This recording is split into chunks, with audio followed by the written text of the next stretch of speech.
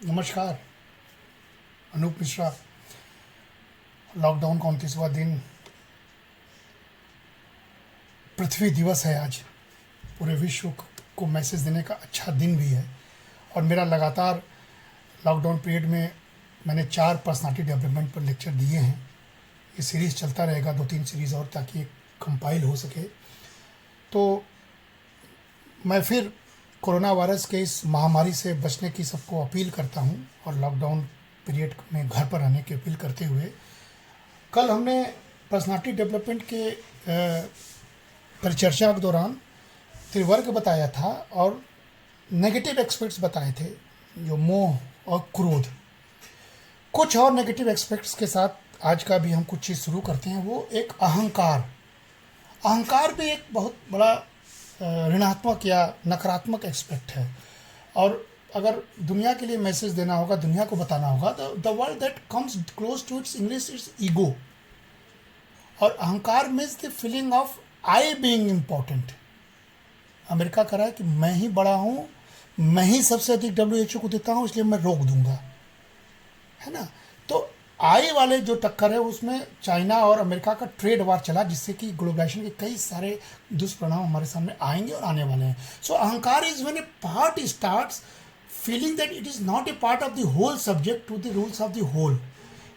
It is when a person sees himself as a larger than everyone else. ये अहंकार। तो ये व्यक्ति के साथ भी हो सकता है, संस्था के साथ भी हो सकता है, देश के साथ भी हो सकता है। तो अहंकार एक नकारात्मक संदेश है, जिसको कि पर्सनालिटी डेवलपमेंट में हमको मंथन करना चाहिए कि क्या ये कल्याणकारी होता है, क्या इसका सुखद परिणाम होते हैं। इसको आप गुनते रहिए, बुनते रहिए। और फिर एक बहुत बड़ा नकारात्मक पक्ष आता है रिवेंज, बदला। देखिए, आज अमेरिका कह रहा है कि मैं चाइना से बदला लूँगा, और बदले की नीयत से उसने WHO का फंड रोक दिया। जो रिवेंज होता है, मैं तो विश्व के लिए फिर मैं कहता हूँ कि in our Mahabharata, Draupadi who had faced insult of being stripped in the public wanted her 5 husbands to fight a war as an act of revenge. But Krishna did not want a war based on revenge. He made sure that war was for other reasons. तो वो बदले के लिए करना चाहती थी, लेकिन जो ईश्वर होता है, जो जानने वाले होते हैं, वो बदले की नीयत से रिवेंज नहीं लेना चाहते, बल्कि कुछ उसको अगर सबक सिखाना हो तो कुछ ठोस या कोई कारण होना चाहिए। तो अमेरिका अगर बदला की नीयत से ये सारी बातें कह रहा है या WHO का फंड रोकता है, तो ये कल्याणकारी नहीं है। रीज़न ऑथेंटिक होता तब तो पूरी दुनिया उसके साथ होती। तो रिवेंज एक बहुत नकारात्मक चीज़ होता है। और रामचरितमानस में तुलसीदास जी ने कहा था कि परद्रोही, पर दार रथ, पर धन पर अपवाद, ते नर पावर पाप में देह धरे मनुजात। यानी द्रोह करते हो पराय स्त्री, पराय धन पर, पराय निंदा पर आसक्त होने पर उस पर रिवेंज करना, और मनुष्य के रूप में धारण करके देवता का आ जाना, ये एक कल्याणकारी पक्ष था। तो कहीं ना कहीं से रिवेंज को भी तथ्यात्मक बनाना पड़ेगा, नहीं तो ये नकारात्मक हो सकता है। और एक पक्ष और है, वो है नकारात्मक है, जो कि आज के परिवेश में भारत में भी बहुत ज़्यादा दिखाई पड़ रहा है, जिसे पर्सनालिटी डेवलपमेंट के हिस्से में आपको बहुत गंभीरता से होना चाहिए, उससे बचना चाहिए। उससे पर्सनालिटी डैमेज होता है। वो जेलेसी, ईर्ष्या। Neighbours house is large and mine, this is not a justify cause for any action. पड़ोसी के घर में हमसे ज़्यादा अच्छा है, ज़्यादा अच्छा कपड़ा, ज़्यादा घर है, ज़्यादा दौलत है, this is a negative emotion that must be suppress. इसलिए ईर्ष्या नहीं करना चाहिए। आप अपने कर्म के अनुसार, अपने उद्यम के अनुसार अपनी इच्छाओं की पूर्ति कीजिए। तुलसी ने फिर यही बात, बहुत अच्छी बात कही थी। कहा था कि खलन हृदय अति ताप विशेषी, और जरहि सदा पर संपत्ति देखी, जह कहूँ निंदा सुनहि पराई, हर्षय मनहु पर निधि पाई। तो दूसरों का लक्षण बताया था कि वो दूसरों की संपत्ति पर जलते हैं। और जब चाणक्य बोलते हैं, इस चीज को बोल रहे थे, तो उन्होंने कहा था कि दहामानम सुतिरणम नीचा पर यशोग्निता, असक्तास्तपदम कंतु ततो निंदा प्रकुर्वेत। नीच व्यक्ति, दुष्ट व्यक्ति हमेशा दूसरे व्यक्ति के यश को बढ़ता हुआ देखकर ईर्ष्या करते हैं, उसके यश रूपी कृति को देखकर जलते हैं, और जब उस पद को प्राप्त करने में असमर्थ रहते हैं तो हमेशा उस व्यक्ति की निंदा करने लगते हैं।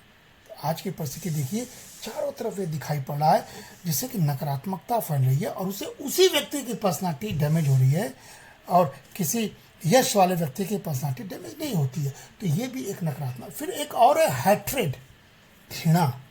तो ना ईर्ष्या करना चाहिए ना घृणा करना चाहिए, पर्सनालिटी का दूसरा एक्सपेक्ट। आज के सब कोविड के दौर पे ये हम बातें कर रहे हैं, इससे आप अपनी पर्सनालिटी को निखारिए और चीज़ों को आगे बढ़ाइए। Hating people for whatever reason can not be an acceptable ground for any action. घृणा के सहारे किसी के खिलाफ रिवेंज लेना या उसके बदला लेने की बात करना ठीक नहीं है।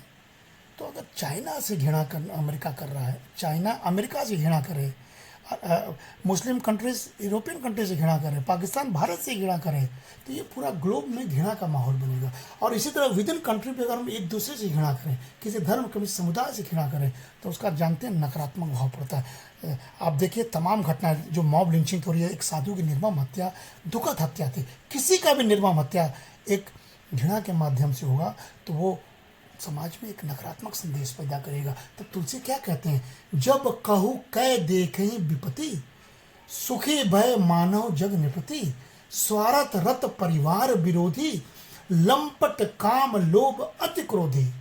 जब किसी पर विपत्ति देखता है ऐसे व्यक्ति, तब ऐसे सुखी होते हैं मानो जगत भर के राजा हो गए हैं। ये घृणा है। वे स्वार्थ प्राण परिवार लोग के विरोधी काम लोभ के कारण लंपट और क्रोधी हो जाते हैं।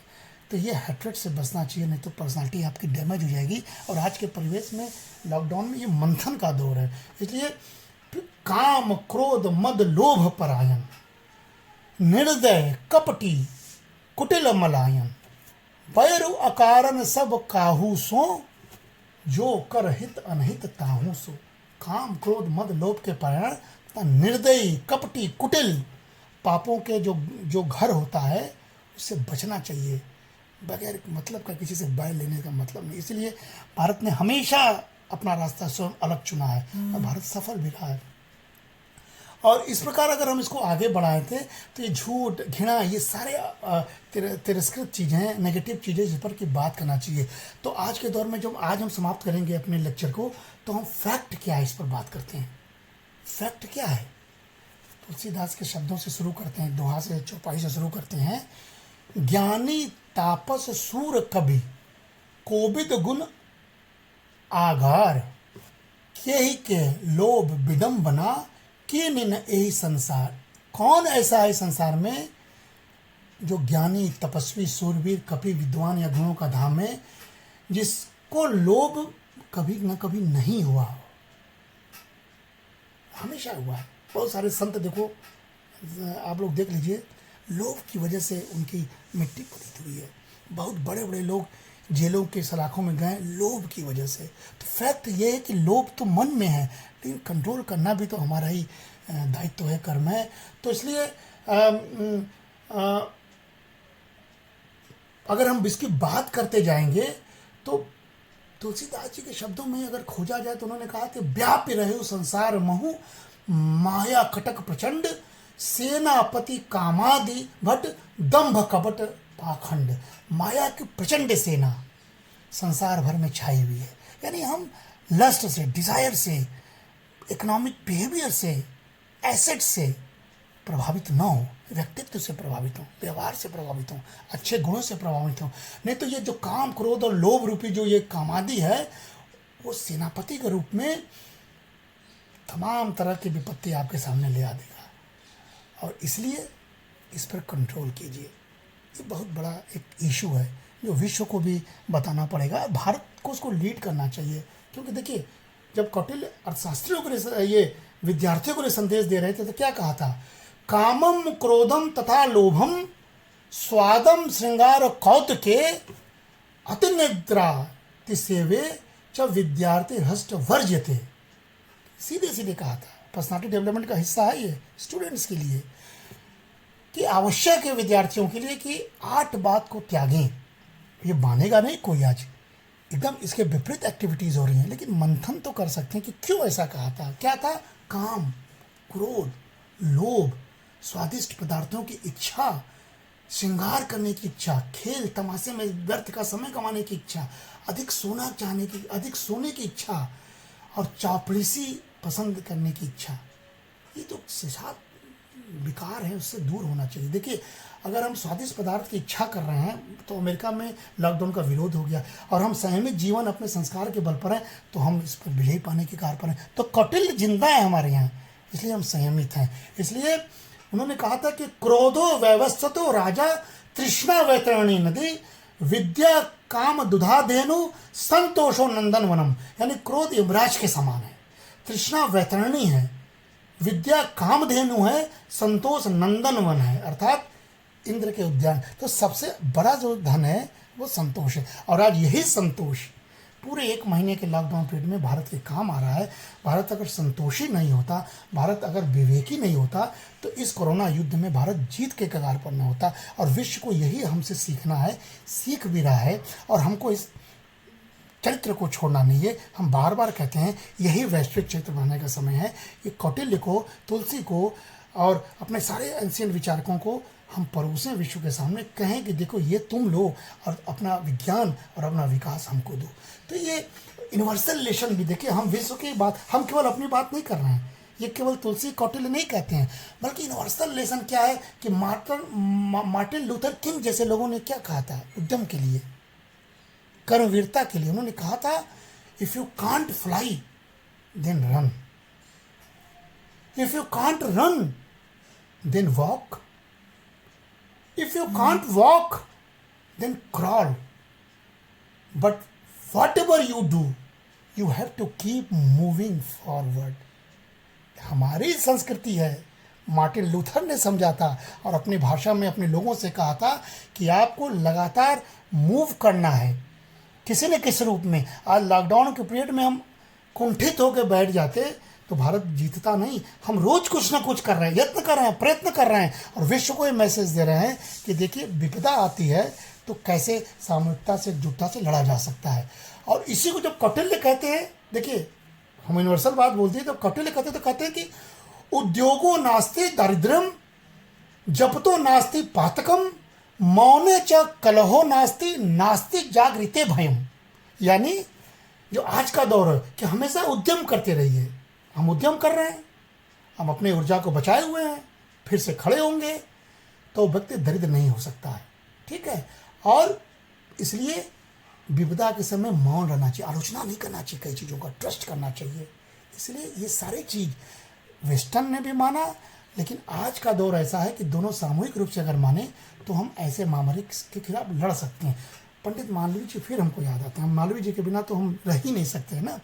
मालवीय जी बार बार कहते हैं कि मालवीय जी ने बहुत सूत्र दिया था। मालवीय जी ने कहा था इसी चीज़ को, उत्थातव्यम जागृतव्यम योक्तव्यम भूति कर्मसु भविष्यति केव मनः सतत उठो जागो, ऐश्वर्य संपन्न करने वाले कार्यों में लगे रहो, अपने चित्त को कयमपि दुखित मत करो, कार्य होगा ऐसी आशा रखो। ये सारे चीज़ हमारे संस्कार में है। इसीलिए मालवीय जी जब कहते थे सत्येन ब्रह्मचर्य व्यायाम विद्या देश भक्तात्म यागेन सम्मानार्थ सदा भव, अर्थात सत्य के द्वारा, ब्रह्मचर्य के द्वारा, व्यायाम विद्या देशभक्ति तथा आत्मत्याग के द्वारा हम सम्मान के भागी बन सकते हैं। यही मालवीय जी का सूत्र देखिए आज पूरा देश एक साथ निभा रहा है। पूरा देश लॉकडाउन में क्या कर रहा है, अपने ब्रह्मचर्य, अपने व्यायाम, अपने विद्या मंथन, अपनी देशभक्ति एक साथ देश के साथ हैं, आत्म त्याग कर रहा है, कई सुखों का त्याग कर रहा है और सम्मान का भागी बना हुआ है। सारे लोग सम्मान पा रहे हैं, प्रधानमंत्री हमारा सम्मान कर रहा है, हम अपने नेतृत्व का सम्मान कर रहे हैं। ये सारे सीख हमारे पास हैं। पर्सनालिटी डेवलपमेंट का ये बहुत बड़ा हिस्सा है। इसलिए मनसा चिंतितम कार्यम वाचा नैव प्रकाशयेत, मंत्रेण रक्षेद गुणम कार्य चापि नियोजयेत। मन से सोचे हुए कार्य को वाणी द्वारा प्रकट नहीं करना चाहिए, परंतु मन पूर्वक भली प्रकार सोचते हुए उसकी रक्षा करनी चाहिए। हर बात हम बोलेंगे नहीं, लेकिन हम आत्म मंथन करके हर बात को करेंगे, तभी हम अपने को आत्म प्रकाशित कर पाएंगे और कहीं न कहीं से हम इस पूरे रूप को वैश्विक चरित्र रूप में परोसकर विश्व का मार्गदर्शन करने में सक्षम होंगे। तो पर्सनालिटी कैरेक्टरिस्टिक्स इन ऑर्गेनाइजेशन में strong situation can overwhelm the effects of individuals' personalities by providing strong cues for appropriate behavior। जो appropriate behavior है इसी के बारे में हम प्राचीन ग्रंथों से आपको जोड़ रहे हैं। और जो सोशल परसेप्शन की बात हो रही थी, आजकल जो साइकोलॉजी वाले पढ़ाते हैं, इसमें बैरियर्स उन्होंने यही कहा, selective perception, stereotyping, first impression error, projection, self fulfilling prophecies, ये सब सोशल परसेप्शन है, जिससे interpreting to information about another person. ये जो बैरियर्स है, जो अपने बारे में सिर्फ चिंता करना, ये साइकोलॉजी के बिहेवियर में भी सोशल परसेप्शन माना जाता है और बैरियर्स के रूप में देखा जाता है।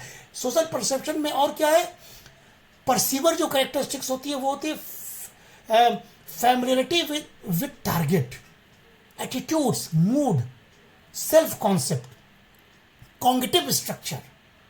और टारगेट कैरेक्टरिस्टिक्स क्या होता है, फिजिकल अपीयरेंस होना चाहिए, वर्बल कम्युनिकेशन होना चाहिए, नॉन वर्बल क्यूज होना चाहिए, इंटेंशंस होने चाहिए, और सोशल परसेप्शन में interpreting information about another person. तो ये सोशल परसेप्शन को साइकोलॉजी वाले लोग जोड़ देते हैं, और इस परसेप्शन में अगर हम अपने कैरेक्टरिस्टिक्स को मिला देंगे तो और बेटर पर्सनालिटी डेवलपमेंट का कोर्स बन सकता है। हम विद्यार्थियों को समझा सकते हैं, इस पर बात करना चाहिए। इसलिए सिचुएशनल कैरेक्टरिस्टिक्स क्या है, इंटरेक्शन कॉन्टेक्स्ट में बात करना चाहिए, स्ट्रेंथन सिचुएशनल क्यूज होना चाहिए, मजबूती की बात करना चाहिए, हम एक दूसरे के वार्ता के साथ, सुनने के संयोग के साथ बात करनी चाहिए। इसलिए इथिक्स का महत्व हम फिर एक बार आते हैं आज ख़त्म करने से पहले। इसीलिए एथिक्स इंपॉर्टेंट है, because ethics are supposed to be the science of right and wrong. और कुछ नहीं है, नैतिकता क्या है, सत्य क्या है और गलत क्या है, और पूरे विश्व के लिए सत्य और असत्य, सत्य और अच्छा और बुरा एक होना चाहिए। ऐसा नहीं कि विश्व में सत्य अलग हो और हमारे यहाँ सत्य अलग हो, ऐसा नहीं हो सकता है। कोरोना वायरस के बाद ये सीखना होगा। But often the dividing line between right and wrong is thin, बहुत बहुत थिन लकीर है इसमें, स्पेशली इन द प्रेजेंट इरा। आज के दौर में जैसे कलयुग आज है, जो कलयुग को हम मान्यता देते हैं, in which an individuals is more concern about him than society. कलयुग में हम अपने स्वार्थ, निज स्वार्थ पर ज़्यादा जोर देते आए हैं, अभी भी दे रहे हैं। अगर अब नहीं चेते कोरोना वायरस के बाद, तो जिस तरह भारत कोऑपरेटिव तरीके से इस युद्ध में जीत रहा है, समर्थन के लोगों के सहयोग से, विश्व में उतना समर्थन एक दूसरे से नहीं मिल पा रहा है। इसलिए इस तरह के एथिक्स को अगर हम परोस दें विश्व को, और उनके विकास और एथिक्स एक साथ हो जाए, तो एक अच्छा ग्लोबल वैश्विक मॉडल बनेगा, जिसमें कि भारत का भी एक योगदान हो सकता है। While ethics are suddenly becoming popular, आजकल पॉपुलर, लोग बात तो कर रहे हैं, हम भी बात कर रहे हैं आज के दौर में, मजबूरी में नहीं कर रहे हैं। ये मेरा एक अपना इंटेंशन था कि मैं एथिक्स के बारे में बात करता रहा हूँ। Their practice lives must to be desired. लेकिन बात करना और व्यवहारिक बनाना, ये दो अलग अलग चीज़ हो जा रहा है, ये नहीं होना चाहिए। इन मैनेजमेंट की अगर बात करेंगे, one of the most modern subject of social science, the focus on ethical management practices है सडनली इंक्रीज। इसलिए सारे संस्थाओं में, सारे मैनेजमेंट इंस्टीट्यूट्स में एथिक्स पर बात हो रही है। कहीं ना कहीं से इसको रियलाइजेशन हो रहा है कि हमको एथिक्स ज़रूरत होगा, उद्योग के लिए भी, उद्यम के लिए भी, कार्य क्षमता को बढ़ाने में भी, और देश को आगे बढ़ाने के लिए। From ethics committees to ethical training, corporates, house and business leaders are trying to ensure ethical behavior on the part of employees। और इसलिए एम्प्लॉयज के लिए हम एथिक्स को आत्मसात करने पर जोर दे रहे हैं। तो ये सुखद चीज है। अगर कॉर्पोरेट जगत कर रहा है, इंडिविजुअल हम कर रहे हैं, देश पूरा करेगा, तो विश्व को एक मैसेज जाएगा कि भारत एथिक्स का प्रैक्टिस करता है और अपने को संयमित रखता है। इसलिए कोरोना जैसे डिजीज में वो जीतने के कगार पर है।